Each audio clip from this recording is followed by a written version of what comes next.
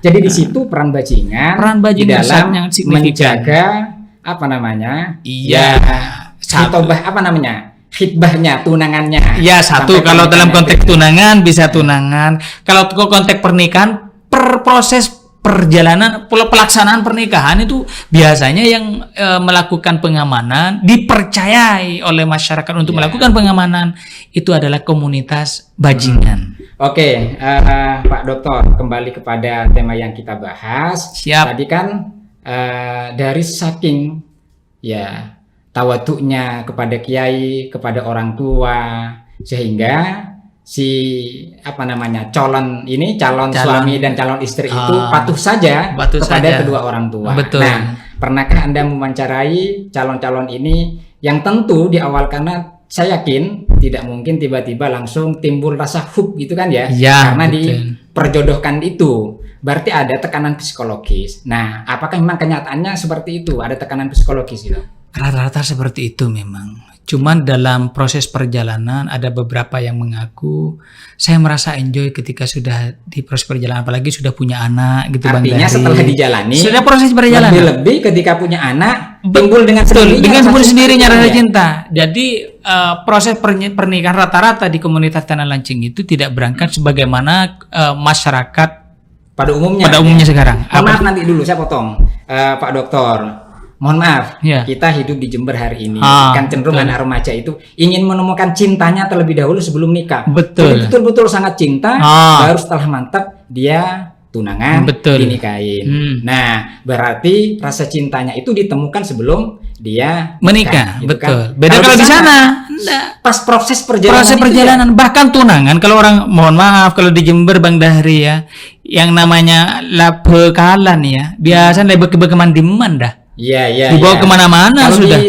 Kalau di situ nggak ada. Misalnya saya bakalan dengan si Fatimah misalnya, ketemu di jalan ya nggak mau ketemu, dia lari sampean gitu, nggak mau. Berarti kalau kita lihat dari perspektif agama kita itu justru bagus kan itu kan ya? Justru bagus. Karena ya mohon maaf ya, calon suami dan calon istri itu bisa dikatakan halal kalau sudah terjadi yang namanya angkah tukah kan gitu kan ya. Betul.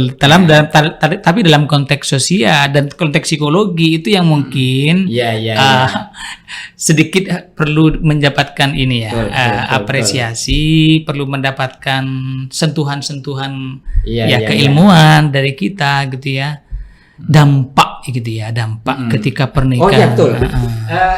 Bicara tentang dampak, saya ingat tentu setiap tindakan yang dilakukan oleh seseorang, dan salah satunya ketika calon suami dan calon istri, karena proses awalnya adalah dijodohkan, tentu ada dampak ketika nanti ada problem. Kalau tidak ada problem, tadi kan sudah kita bahas ada perceraian gitu ya. Dampaknya seperti ada perceraian ini, kemudian rebutan warisan gitu ya. Ini kan juga tidak hanya si suami dan istri ini hanya masalah, Betul. Berimbas kepada keluarga besarnya. Nah ini menjadi persoalan yang menggurita terhadap keluarga-keluarga sebelumnya. Karena kan masih satu keluarga. Itulah yang saya sampaikan tadi. Ketika problem perceraian itu, misalnya sampai perceraian, lah ini biasanya persoalannya bukan di satu keluarga itu saja, tapi berdampak pada keluarga sebelumnya. Baik di keluarga yang perempuan maupun keluarga yang lain. Sampai ke kakek-kakeknya. Faktanya seperti ini Bang Dahri. Persoalan demi persoalan yang terjadi selama ini, cuman sekarang sudah mulai berkurang ya.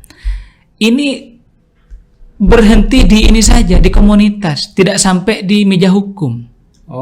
Karena praktek pernikahan yang terjadi di sana itu adalah pernikahan dini, di bawah umur.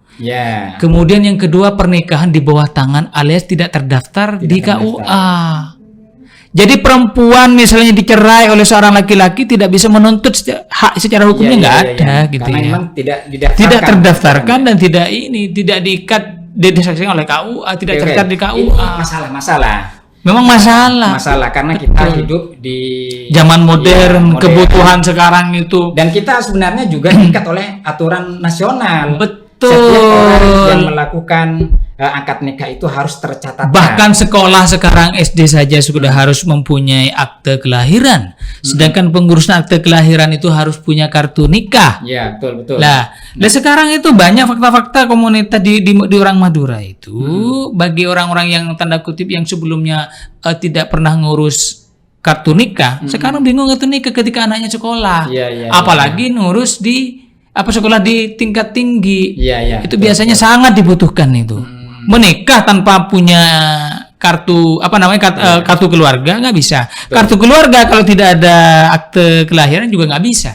Akte kelahiran kalau tidak ada kartu nikah juga nggak bisa.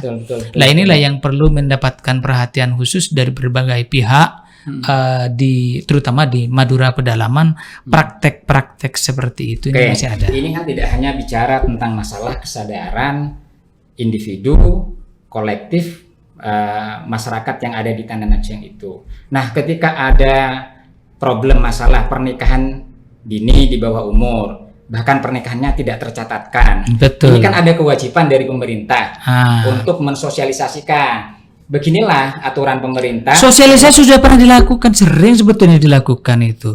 Sosialisasi sudah dilakukan. Tapi tidak menghiraukan. Karena memang satu bukan alibi ya, boleh saya alibi masyarakat, biaya mahal.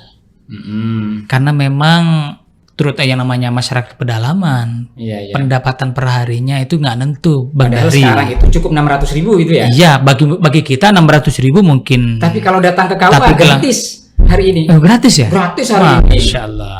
Ya ini yang kemungkinan besar masyarakat belum tahu itu ya. Berarti memang penting sosialisasi. Penting tapi kalau sekarang semogalah sudah ada perkembangan dan perubahan ya. Betul. Tapi dalam berbagai macam cerita gitu ya dan fakta gitu untuk masyarakat pedalaman yang ada di komunitas Tanah Lajeng itu banyak orang yang sudah puluhan tahun menikah sampai sekarang belum punya kartu nikah.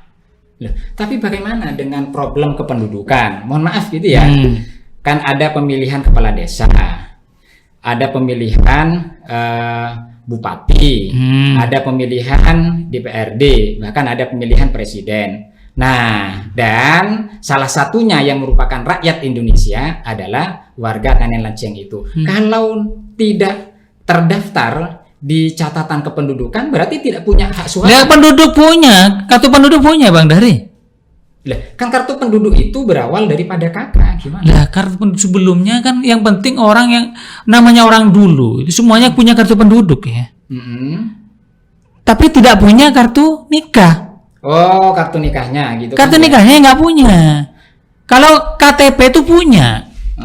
Nah ini persoalan kan dulu yang namanya KTP dulu sebelum KTP elektronik kan semua orang bisa saja saya tinggal pindah ke Jember saja mudah banget sehari sudah jadi KTP gitu ya asalkan punya uang selesai zaman itu. Tapi sekarang kan sudah terintegrasi gitu ya sistem sudah terintegrasi sudah bisa ketahuan orang double KTP nggak mungkin bisa. Baik, kembali kepada tadi saya masih ingat.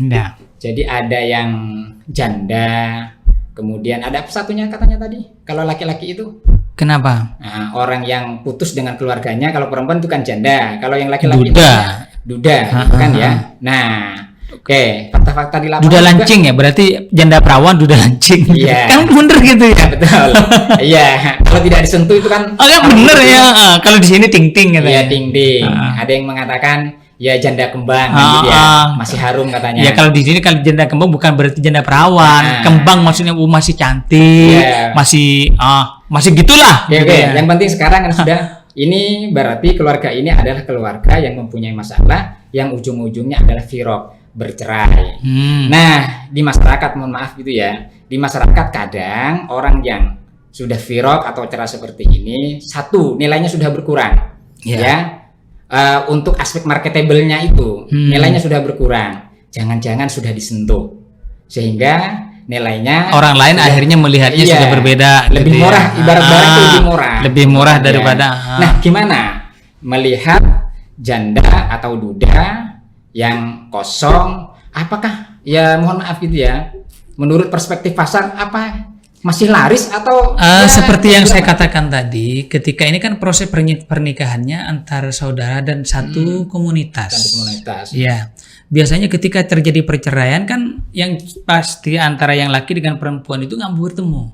Untuk bisa biar tidak ketemu, akhirnya dua-duanya biasanya yang perempuan kerja di Arab, yang laki kerja di Malaysia. Jadi ketika Firok kemudian kabur dari tanah kelahirannya ke Arab keluar Saudi, atau kemana, ke Jawa atau kemana, biasanya nanti pulangnya ngibah pas itu. sudah bawa pendamping gitu ya? Dari yang luar. perempuan bawa suami, Yang perempuan bawa suami, yang laki bawa istri. Nah terus sekarang pulang. Nah inilah akhirnya mulai terganggu proses secara sistem sosial, originalitas sistem sosial yang ada di komunitas dan lain terganggu. Sudah ada orang baru. Karena sudah ada orang baru masuk ke situ, gitu ya. Walaupun toh faktanya dari orang-orang ada yang mau menetap, ada yang tidak. Ketika menetap terjadi yang namanya asimilasi budaya, gitu ya. Bahkan akulturasi macam-macam. Salah satunya Pak Dokter pulang dari kerja sama-sama sudah membawa pendamping. Ketika kumpul di satu komunitas ini, tentu yang semula mempunyai masalah, nah interaksinya ini kan berubah berbeda dengan yang dulu. Iya. Ini tidak mesra lagi mungkin sebagai. Tapi akhirnya ada beberapa yang saya jumpai gitu ya. Dulu pernah suami istri gitu ya. Sekarang sudah sama-sama punya, yang laki punya istri, yang cewek yang perempuan sudah punya suami. Karena ya sudah kembali sebagaimana mestinya sebagai saudara. Ya, masih sepupu lah. Iya. Jadi aspek persaudaraannya itu masih tetap lebih tinggi atau bahkan mengalahkan karena gara-gara nanti nikah dengan orang lain gitu ya. Iya. Itu tidak tampak ya. Yang pasti masih seandainya dia ada sistem kerjasama mengelola sawah, masih tetap gitu ya. Kemudian ada misalnya perayaan tertentu, baik dari itu kegiatan yang bersifat budaya maupun keagamaan, itu masih gotong royong masih tetap terjaga gitu ya. Ini yang saya pernah temukan, walaupun toh tidak sedikit juga yang akhirnya kurang harmonis gitu ya. Bukan tidak harmonis lagi, ya putus bahkan bermusuhan. Bahkan gitu. Ada beberapa komunitas yang tanda kutip ya bubar gitu ya. Bubar. Tidak akhirnya sistem komunitas tanah lancing nggak jalan. Iya, komunikasi interaksi tidak ada sudah ya.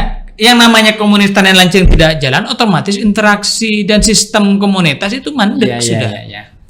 Salah satunya berhentinya mandeknya komunitas tidak terjadi menjadi komunitas tanah lancing gara-gara faktor perceraian. Perceraian itu. Nah, kalau sesuatu yang ideal itu tercapai, mungkin tidak menjadi perhatian bagi kita, itu kan. Tapi ketika yang diidealkan itu tidak tercapai atau ada problem, salah satunya itu kan tadi adalah Firok cerai. Nah, gimana sekarang peran dari tokoh ini, mulai dari kiai, mak kiai, kemudian bajingan, ini kan juga mempunyai tanggung jawab. Tidak hanya sekedar ketika mau dinikahkan dia ikut berpartisipasi, tapi ketika ada masalah kemudian angkat tangan. Nah, gimana khususnya peran dari kiai yang sangat mempunyai pengaruh terhadap mindsetnya masyarakat di situ. Ya. Kalau kiai sudah yang pasti sudah menjadi pihak yang penengah lah bagi problem rumah tangga terutama. Tidak sekedar rumah tangga sebetulnya ya. Di Madura itu masalah apapun. Masalah tanah itu sebelum ke Lebun pasti kiai dulu. Masalah tanah, masalah urusan pernikahan, mau bakalan, mau beli sapi, mau menentukan itu hari dulu. Biasanya orang Madura sebelum ke Klebun itu kiai dulu. Padahal konsennya kiai itu urusan agama, urusan ilmu dan agama, urusan spiritual. Urusan spiritual. Sampai urusan sawah seharusnya administrasi pemerintahan itu lebih ke kiai dulu gitu ya. Berarti kompleksitas. Peran kiai itu kompleksitas. Iya. Itulah ya, itu kiai. Sebetulnya sudah dilakukan mediasi gitu ya dari persoalan demi persoalan itu, bahkan bersama dengan kiai kan pasti bendera itu ya. Bendera itu diidenti dengan guru ngaji atau putranya kiai. Lora lah kalau orang sini tuh lora. Bajingan termasuk di dalamnya. Cuman kadang-kadang gitu ya mindset, frame cara berpikir masyarakat ini kan, apalagi di komunitas yang sudah maju di era virtual seperti sekarang itu ya kan, ini kan sudah mulai terdegradasi sudah. Peran kiai, peran bendera, termasuk peran bajingan ini di era sekarang, era virtual, era digital, ini sudah mulai terdegradasi, sudah mulai turun lah.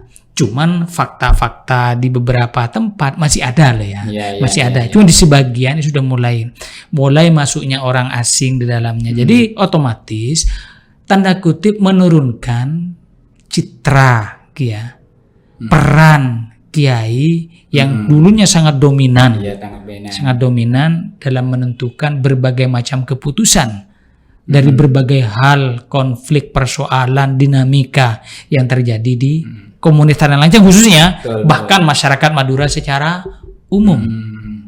Iya seperti itu. Nah sekarang ya mohon maaf karena kita beragama Islam. Betul. Karena kita hidup di negara kesatuan Republik Indonesia. Bagaimanapun tidak, Al-Quran dan hadis itu menjadi pegangan bagi orang yang beragama Islam. Karena kita hidup di negara kesatuan Indonesia, tetap kita harus patuh terhadap Undang-Undang 45 tanpa harus menihilkan dan menghargai kearifan lokal. Kalau tadi itu kan yang dikedepankan kan kearifan lokal, kadang bahkan menihilkan aspek-aspek agama, menihilkan aspek-aspek kenegaraan. Nah, tentu ke depan kita sebagai orang akademisi berpikir ke depan ini menjadi lebih baik. Nah, kira-kira harapan dari Pak Doktor sebagai peneliti itu agar komunitas Tanian Lancang ini menjadi lebih baik, menjadi lebih mapan, mulai dari tata kelola kehidupannya, kemudian tata administrasinya, dan yang lain-lainnya. Ya, itu gimana? Yang sangat penting yang ke depan itu adalah sinergi antara berbagai macam kepentingan tadi. Ya, yang pertama sebagai pemangku kebijakan di komunitas Tanah Lancang khususnya nih ya. Pemuka pendapat itu ada kiai, kemudian ada bendera, kemudian makai atau bajingan dan pangasepo, termasuk kelebun, itu harus ada sinergi. Biar masyarakat itu sadar. Sadar bahwa apa yang dilakukan sebetulnya bukan tidak benar, tapi kurang tepat gitu ya, kurang tepat. Benar sebetulnya dalam Islam pun sepupu kan boleh menikah. Boleh, nggak ada larangan. Cuman dalam konteks kesehatan dan sosial kok kurang tepat gitu ya. Karena sudah diikatkan mulai sejak di dalam rahim. Apalagi ada budaya tadi bakalan sejak masih kandungan, masih kecil belia, belum tahu apa-apa sudah dipakai. Ini kan hegemoni orang tua sangat tinggi gitu ya. Secara psikologis dan sosiologis anak itu menjadi terbelenggu, tidak mempunyai kemerdekaan, punya kemerdekaan, cara berpikirnya juga seperti itu. Pendidikannya akhirnya juga ya terganjal juga gitu ya. Nah itu memang harus penting ada sinergi untuk bisa menemukan muara bagaimana masyarakat itu sadar ketika kiai sudah ada di depan, kelebun atau kepala desa sudah menjadi pilar lah, penyangga. Insya Allah masyarakat itu lambat berarti setidaknya generasi yang bisa kita selamatkan gitu ya. Generasi selanjutnya. Kalau orang tua kekeh dengan budaya leluhur, maka yang bisa kita bidik itu adalah generasi selanjutnya. Generasi sekarang lah. Melalui pendidikan. Dan faktanya ini Bang Dahri, alhamdulillah di sana tengah ini sudah ada perkembangan yang signifikan. Satu, pesantren is okay menjadi rujukan masyarakat. Tapi sepulang pesantren anak-anak itu tidak semua langsung dinikahkan gitu ya. Ada banyak anak saat ini sudah ada yang kuliah, bahkan dalam negeri maupun luar negeri. Ada 6 orang ini yang sudah lulus dari Al-Azhar Mesir bahkan. Wah, luar biasa itu. Kemudian yang lain-lain ya ada di Jember ya ada, termasuk saya kan bagian dari mereka gitu ya. Termasuk saya gitu, termasuk jenengan juga ya. Bagian daripada mereka. Kemudian ini walaupun ini buah kesadaran orang tua kita bahwa pendidikan itu sangat penting. Lah, tinggal sekarang pemerintah setempat bersama dengan tokoh agama, tokoh masyarakat, gitu ya, bersinergi bahu membahu bagaimana menumbuh kembangkan semangat kesadaran untuk bisa bangkit dari keterpurukan, menjadi lebih baik kan, menjadi lebih baik. Persoalan budaya sebetulnya eman ini untuk dibilang sebetulnya gitu ya. Selama tidak melanggar ajaran agama dan Undang-Undang 45 nggak jadi masalah. Silakan yang komunitas Tenen Lanceng ini harus lanjut menurut saya Pak Dahri. Tinggal bagaimana kearifan lokal. Tinggal bagaimana cara yang benar. Cara yang benar tadi bakalan is okay mau dalam kandungan, yang penting pernikahannya nanti tercatat di KUA gitu loh ya. Iya. Minimal umur sekian gitu ya. Ini kemudian ketika ada persoalan ya tumpuannya ya kepada sesuai dengan tupoksinya. Kalau agama mungkin kepada kiai, tapi kalau urusan misalnya kenegaraan, administrasi,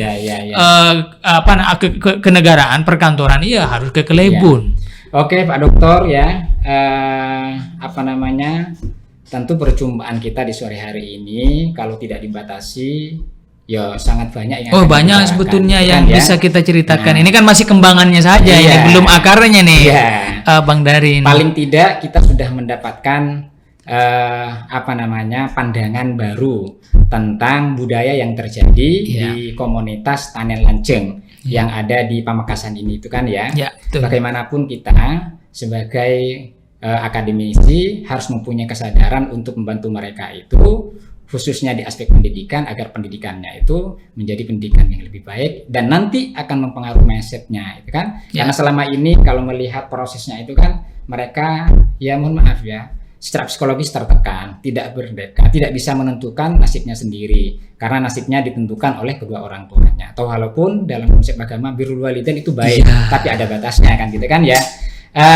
Mohon maaf Pak Dokter gitu kan ya. Terima kasih Pak Ustadz. Kita lanjutkan di lain kesempatan. Bismillah. Sangat kami harapkan ilmunya. Ya semoga ada edisi-edisi lanjutnya yang dengan tema ini lah. Ya next time insya Allah. Siapa tahu nanti juga akan mengembangkan penelitian saya selanjutnya untuk ini. Untuk tetap di komunitas saya. Iya.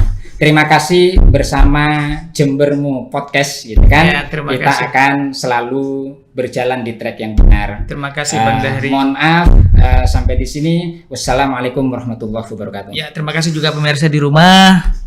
Mohon maaf atas segala kekurangan, kritik dan saran terutama untuk saya pribadi. Dari saya mohon maaf. Assalamualaikum warahmatullahi wabarakatuh.